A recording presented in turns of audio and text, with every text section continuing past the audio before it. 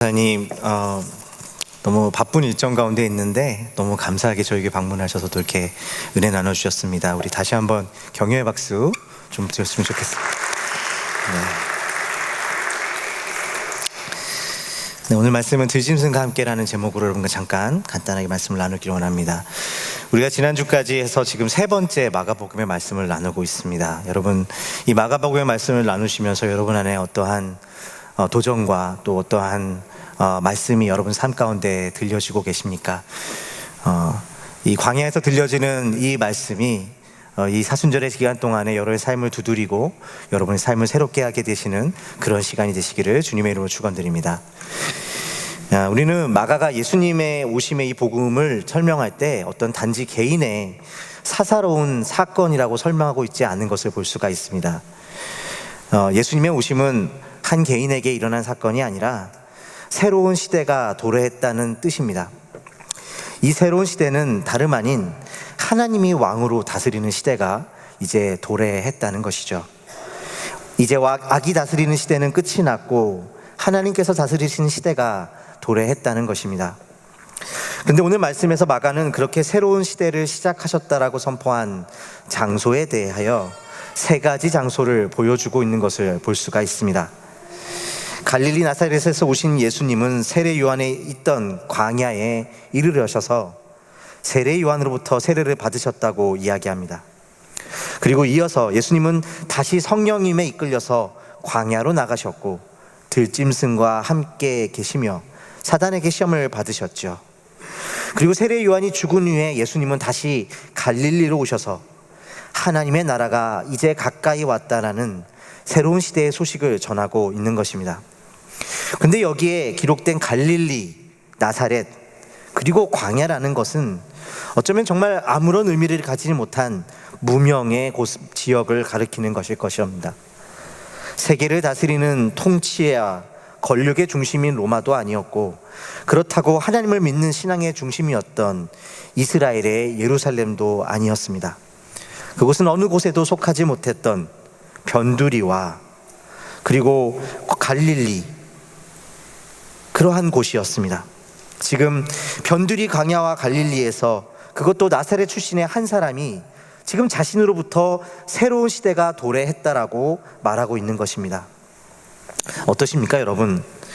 아마 당시의 사람들의 눈에도, 그리고 오늘날 우리의 눈에도 어떻게 이 시골에서, 그것도 시골 출신인 권력과는 아무런 상관이 없는 곳에서 나타난 이 한 사람으로 인해서, 그것도 권력과는 아무런 상관이 없는 변두리에서 새로운 시대가 왔다라고 전하고 있는 이 일들은 당시 사람들의 눈에도, 그리고 오늘날 우리 눈에도 어처구니 없고 어리석어 보이는 일일 것입니다. 그러나 만일 그럼에도 불구하고 예수님께서 말씀하시는 새로운 시대가 도래했다는 이 말씀이 정말로 사실이라면, 우리는 예수님께서 선포하고 계시는 그 새로운 시대, 하나님의 나라는 정치적으로 혹은 종교적으로 어떤 힘을 가지고 현재의 세력을 끝내고 새로운 통치의 세력이 등장했다라는 의미는 아니라는 것을 알 수가 있습니다. 아니, 도리어 예수님은 그 하나님의 시대는, 그 새로운 시대가 왔다라는 사인은 그러한 것들과는 전혀 다르다, 의도적으로 거리를 두고 말씀하고 계시는 것처럼 보입니다. 어째서일까요? 저는 아마도 마가가 전하는 복음이 단지 예수께서 왕이 되신다는 것이, 예수께서 정치적으로 새로운 레짐을 시작하셨다, 새로운 통치를 시작하셨다는 의미를 가지는 것을 피하는 것뿐만이 아니라 적극적으로 이 새로운 시대는 그러한 권력을 가지는 것을 거부하고 그러한 권력에 의지하지 않는 시대이라는 사실을 드러내고 싶었기 때문이라고 생각합니다. 그러니까 예수님의 통치는 사람의 인정이나 능력이나 혹은 세력에 기대치 않는 사실을 분명하게 하고 계신 것입니다.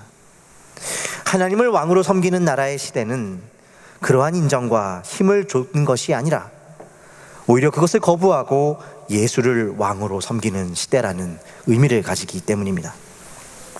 그러한 하나님 나라의 모습을 마가는 오늘 광야에서 시험 받으시는 예수님의 모습을 통해 좀 더 구체적으로 우리에게 보여주고 있는 것 같습니다.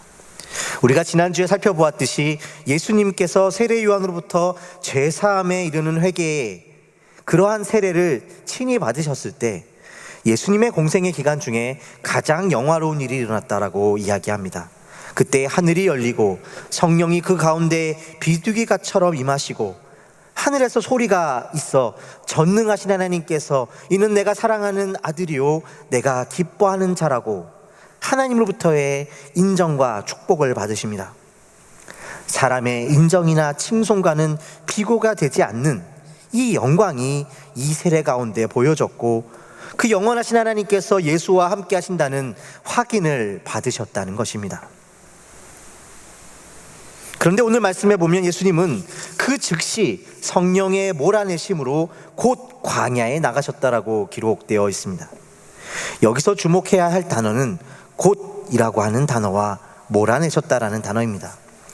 성령께서 예수님을 몰아내셨다라는 말은 어쩔 수 없이 가셨다라는 말이 아니라 자신의 의지와 상관없이 던져졌다라는 뜻이 아니라 예수님께서 견딜 수 없는 이끌림으로 말미암아 그 광야 가운데 급하게 가셨다라는 것을 표현하고 있습니다. 그 일은 곧 일어났습니다. 그러니까 예수님께서 그 영광스러운 세례를 받으신 일과 광야로 나가신 일이 이 견딜 수 없는 이끌림으로 거의 동시에 일어나고 있다고 볼 만큼 급박한 모습이었다는 것을 보여주고 있는 것이죠. 예수님께서 가장 영광스러운 모습으로 드러나셨을 때 그의 자리는 또한 광야였다는 것입니다. 그렇다면 이 광야는 어디를 말하고 있는 것일까요? 재미있는 사실은 예수님께서 이미 세례 요한에게 세례를 받으셨던 곳, 지금 예수님께서 세례를 받으신 그곳을 마가는 광야라고 말하고 있었다는 사실입니다. 그러니까 마가는 예수님이 이미 광야에 계셨음에도 불구하고 다시 예수께서 광야로 나가셨다라고 이야기하고 있다는 것입니다. 그러니까 지금 마가가 이야기하고 있는 광야는 단순히 지역적인 의미가 아니라 그것은 단순히 지역적인 의미가 아닌 것을 알 수가 있습니다. 실제로 마가는 여기에 광야를 의미하는 헬라어 단어를 명사가 아니라 형용사로 사용하고 있는 것을 볼 수 있기 때문이죠. 그러니까 여기서 예수께서 나가신 광야는 구체적인 장소라기보다는 광야와 같은 곳, 광야의 상태에 있는 곳이라는 영적인 의미를 보여주고 있는 것입니다. 이 광야가 의미하는 곳은 어디입니까? 마가는 예수께서 시험 받으신 이곳에 대하여 13절의 말씀에 이렇게 표현하고 있는 것을 볼 수가 있습니다. 40일을 계시면서 사탄에게 시험을 받으시며 들짐승과 함께 계시니 천사들이 수종들더라. 이 말씀을 보면 마가가 이야기하고 있는 예수님께서 계셨던 광야는 우리가 생각하고 있었던 이미지와는 조금 다르다는 것을 알 수가 있습니다. 광야는 세상에서 떨어져 예수님께서 그저 홀로 계셨던 곳이 아니라, 그렇게 격리된 곳이 아니라 들짐승과 함께 계셨던 곳이고 또한 사탄에게 시험을 받으셨던 곳이며 동시에 천사들에게서 섬김을 받으셨던 곳이라는 것이죠. 예수님은 그곳에서 혼자가 아니셨습니다. 그곳은 사탄과 들짐승이 함께 있는 곳이었고 천사들이 함께 계신 곳이기도 했다는 것입니다. 이런 의미에서 이 광야는 격리된 공간이라기보다 전쟁터와 같은 우리의 삶의 한가운데 있는 자리와 닮아 있다고 할 수 있을 것입니다. 날마다 사단이 유혹하며 밤이 되어서도 으르렁대는 저 들짐승의 소리를 듣고 있기 때문에 두려워 잠을 이룰 수 없는 곳과 같은 곳이 바로 이 광야일 것입니다. 또한 13절에 세례 요한이 잡힌 후라는 표현이 나오는 것으로 보아 이 광야는 그 속에서도 유일하게 친구이자 동역자라고 할 수 있었던 세례 요한과 또 격리되었던 곳임을 알 수가 있습니다. 그러므로 이 광야는 우리에게도 낯선 곳이 아닐 것입니다. 우리에게도 여전히 우리가 가지고 있는 무엇이 있음에도 불구하고 혹시 이것을 놓칠까, 혹시 잡아먹힐까 날마다 밤에 잠을 이루지 못하는 우리의 전쟁과 같은 삶이 바로 이 광야라는 것이죠. 예수님께서 가장 영광스러운 세례의 자리에서 곧 이 광야로 들어왔다는 이 사실은 마치 우리가 하나님의 자녀로서 발견되어지고 그 은혜를 입었음에도 불구하고 우리가 살아가야 하는 현장이 이와 다르지 않다는 사실을 보여주고 있는 것 같습니다. 여전히 세상은 사단이 우리를 넘어지게 하기를 그치지 않으며 우리를 삼키려고 하는 허기에 찬 들짐승들과 같은 것들이 배회하는 것처럼 보이기 때문입니다. 구약 성경에서는 이 들짐승이 야생의 동물만을 의미하는 것이 아님을 보여줍니다. 다니엘서 7장 2절에서 5절까지의 말씀을 제가 읽겠습니다. 다니엘이 진술하여 이르되 내가 밤에 환상을 보았는데 하늘에 네 바람이 큰 바다로 몰려 불더니 큰 짐승 넷이 바다에서 나왔는데 그 모양이 각각 다르더라. 첫째는 사자와 같은데 독수리의 날개가 있더니 내가 보는 중에 그 날개가 뽑혔고 또 땅에서 들려서 사람처럼 두 발로 서게 함을 받았으며 또 사람의 마음을 받았더라. 또 보니 다른 짐승국 둘째는 공과 같은데 그것이 무먼 쪽을 들었고 그 입에 이사이에는 새 갈빗대가 물렸는데 그것에게 말하는 자들이 있어 이르기를 일어나서 많은 고기를 먹으라 하였더라. 우리가 사자굴에서 구원을 받았던 사람으로 알고 있었던 이 다니엘서 상당 부분은 사실 다니엘이 보았던 환상에 대한 이야기를 담고 있습니다. 다니엘이 보았던 환상은 네 짐승에 대한 이야기로 이루어져 있는데 이 네 짐승은 각각 왕과 나라를 상징한다라고 다니엘서는 기록하고 있습니다. 그런데 그 나라들을 짐승과 같이 표현한 이유는 이 나라들이 짐승같이 포악하며 이미 이빨에 새 갈빗대를 물었음에도 불구하고 만족하지 않고 더 많은 고기를 먹는 그런 욕망을 보여주고 있기 때문임을 볼 수가 있죠.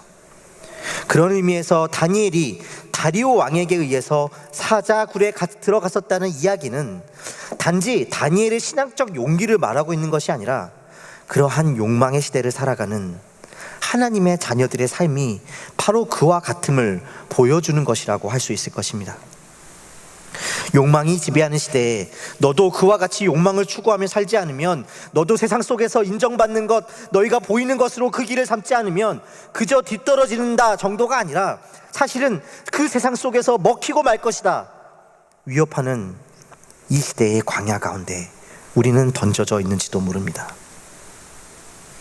하나님의 나라가 시작되었고 우리가 그 시대를 하나님의 자녀로 살아간다고 하지만 여전히 우리는 이 들짐승을 없이 하거나 그것들을 없이 우리 삶에서 제거하지 못하는 것과 같은 현실을 살아간다는 것입니다.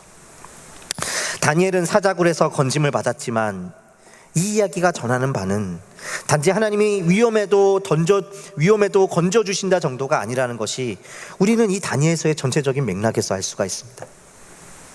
사자굴에서 건진받은 다니엘의 이야기는 그 욕망의 제국 가운데 살아가면서도 그 제국의 가장 힘센 사람이라 불리던 왕조차도 그 권력으로 다니엘을 건져내지 못하였다. 오직 하나님께서 건지신다는 이야기입니다. 그러니까 왕조차도 사실은 그 욕망의 제국을 섬기는 종에 불과하지만 그의 권력은 스스로를 섬기며 그 욕망을 추구하는 이 세상 속에서 삼켜져 살아가는 것과 상관이 없지만 오직 하나님이 그 백성들을 그 나라에 속하지 않는 자로, 하나님을 섬기는 자로, 세상을 섬기는 자가 아니라 하나님을 섬기는 자로 우리가 살아가도록 도우신다라는 것입니다. 어떻게 그렇게 하십니까? 오늘 마가복음에 보면 예수님은 이 광야에서 들짐승과 함께 계시면서 또한 천사들의 수종을 받으셨다고 기록하고 있습니다. 여기서 천사라는 말은 실제로 천사를 의미하는 것일 수도 있지만 주로 성경에서는 하나님의 말씀을 전달하는 메신저라는 의미로 더 많이 쓰이는 것을 알 수가 있습니다. 그래서 이 천사들이 수종 들었다는 말에서 이 수종 들었다는 말을 영어 성경은 미니스트리라는 말로 번역해 놓은 것을 볼 수가 있는 것이죠.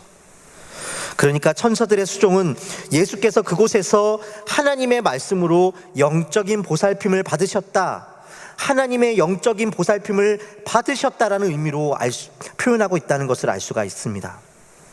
특히나 이 수종 들었다라는 말의 시제가 한순간 일어난 것을 말하는 것이 아니라 지속적으로 일어나는 것을 표현할 때 사용되어지는 시제가 쓰였다는 것을 볼 때 이 천사들의 섬김은 40일의 시험을 마치고 보상으로 주어진 어떤 것이 아니라 광야 가운데 사단의 시험을 받으시고 들짐승과 함께 계셨던 그 예수님과 함께 영적으로 말씀으로 보살피시는 하나님이 계셨음을 보여주고 있는 것입니다. 단지 시험에 들지 않게 하거나 시험을 통과한 자에게 주시는 하나님의 보상이 천사의 시중이 아니라 바로 우리가 오히려 이 땅 가운데 바로 이 들짐승 앞에 먹이처럼 보이는 그 삶을 살아갈 때에도 그 이면에 하나님께서 우리를 영적으로 보살피고 계시고, 우리가 이 땅 가운데 이 욕망의 나라 가운데 먹히지 않게 하기 위해서 우리를 말씀 가운데 사역하고 계시다는 사실을 보여주고 있다는 것입니다. 들짐승을 없이 하는 것을 넘어서서, 우리의 조건을 만들어 가시는 것을 넘어서서 그들 가운데 거함에도 우리로 믿음을 지키게 하신다는 사실을 보여주는 것이죠. 마가는 그렇다면 왜 이 메시지를 전하고 있는 것일까요? 마가 이 복음서를 보았던 로마의 그리스도인들은 말씀드린 바와 같이 극심한 핍박 가운데 있었습니다. 특히 네로 황제에 의해서 일어난 로마의 대화재에 대해 그 범인으로 그리스도인들이 지목되면서 그들은 모함을 받고 들짐승 가운데 던져져 죽임을 당해야 했습니다. 들짐승은 그래서 그들에게는 실제적인 공포였고 그들을 삼키려는 로마였습니다. 그런데 오늘 말씀에 그들의 주인 되신 예수님께서 그 들짐승과 함께, 그 성도들과 함께 계심을 말해주고 있다는 것입니다. 하나님 나라의 복음이 그들 가운데 전하여져서 교회가 힘을 얻고 흥왕하여서 로마를 당장 집어삼킬 것처럼 같이 그렇게 강하였을 때뿐만이 아니라 이제 로마의 들짐승들 앞에서 연약하여 떨 때에도 예수와 함께 하셨던 하나님이 지금 그들과도 함께 하고 계신다는 것입니다. 어려움이 없어지는 것이 아니라 거기서도 세상이 아니라 하나님을 찾게 된다는 것이죠. 광야에서 들짐승과 함께 거하시며 천사들의 수종을 받으셨던 주님과 같이 우리의 대적 들짐승들이 사라지는 것으로 뿐만이 아니라 들짐승과 함께 거하는 그 현실 가운데서도 하나님이 함께 계시며 우리를 말씀으로 사역하고 계신다는 사실을 붙드시기 바랍니다. 사랑하는 성도 여러분, 마가복음의 이야기는 바로 이 광야에서 시작된 예수의 길에 대한 이야기입니다. 광야와 갈릴리에서 시작되어서 예루살렘을 거쳐 무덤에 이르고 또 하늘에 이르는, 부활해서 하늘에 이르는 그 길을 마가는 이 예수께서 걸으신 길로 보여주고 있고, 이 길이 바로 하나님 나라의 길이며 또한 예수를 주로 섬기는 우리가 걸어가야 하는 길이라고 보여줍니다. 그런데 이 길의 시작이 바로 광야라고 이야기합니다. 세상이 보기에는 들짐승이 완연히 있는 그 길은, 그 광야는 길이 없는 곳이기 때문에 광야라고 불리는 곳일 것입니다.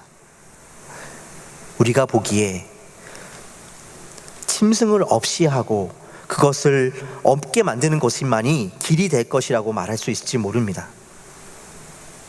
그래서 우리가 세상의 이 현장에서는, 매일 바른 이 삶의 현장에서는 우리에게 주어진 선택은 어쩌면 그 짐승의 밥이 되거나 그 짐승처럼 되거나 둘 중에 하나일지도 모릅니다. 로마의 길이 그러했습니다. 짐승의 밥이 되거나 그 짐승처럼 되거나. 그러나 우리 주님께서 그 들짐승과 함께 거하시며 또한 천사들과 수종을 받으셨다라고 하는 이 사실은 거기에서 하나님께서 우리와 함께 하셨고 우리의 주님이 되시겠다라는 것입니다.